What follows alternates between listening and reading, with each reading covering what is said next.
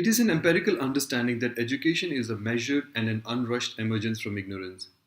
My name is Sridhar Mudigonda. The topic I have chosen for this assignment is formative assessments. Below is my elaboration on why I am passionate about assessments, especially formative assessments. In the field of knowledge acquisition, there are many an aspect that we need to delve deep into to have successful learning experience. Teachers have to work out unit plans, lesson plans, content for teaching sessions, actual delivery of the lessons, teaching resources, assessments, among many other things.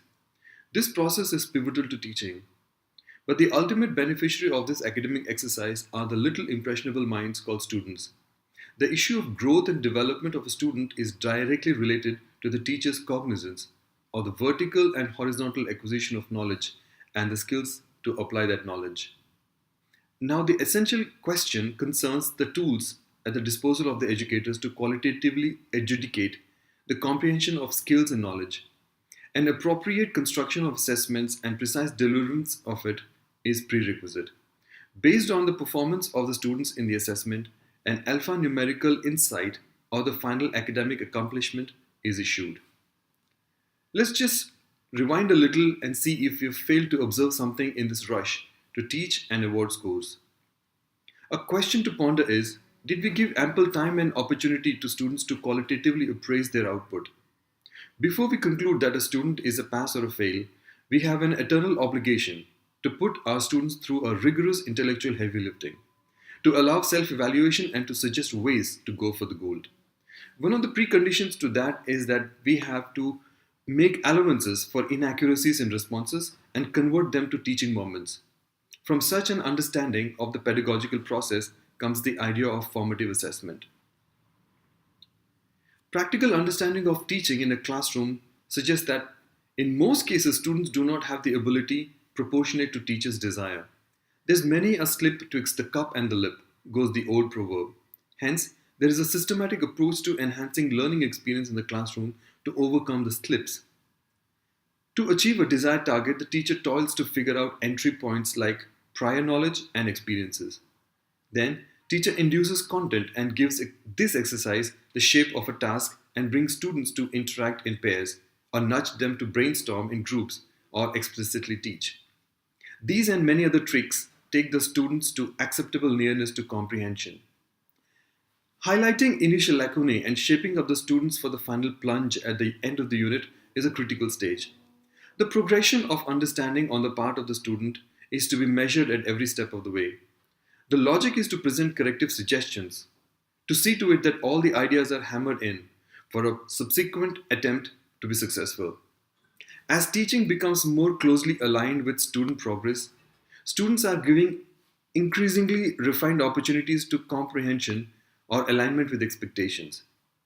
A word of caution here won't be out of place. Most of the time, the focus of feedback should be on changing the student rather than changing the work.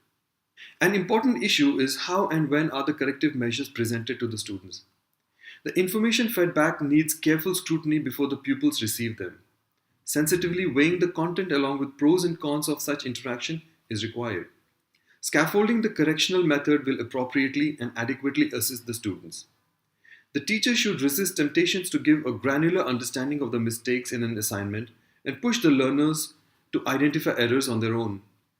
The teacher should partially indicate at certain issues and step back for the students to churn their brains to look for errors. If the first attempt is ineffective, then the teacher moves in back to give more clues. This layered approach in feedback process is based on the fact that students are their own best teachers. Scaffolding refers to supports that teachers provide the learners during problem solving in the form of reminders, hints, and encouragement to ensure successful completion of a task. In conjunction to this is technology support. Teachers who use technology for formative assessment generally love the ease with which programs such as Plickers or Kahoot provide immediate feedback on student learning. What does it mean for the teachers? Macy Hall describes it as the instructor takes in information about student progress and understanding, which creates the opportunity for a feedback loop that the instructor can use to shape teaching. The feedback process addresses the organic nature of teaching. Teaching is lent an opportunity to experience growth and metamorphosis. there is a relational angle to it as well. Completion of formative assessments in class without penalizing students has done wonders for my class, says Caroline Andrews. That brings us to look at the third dimension, the schools.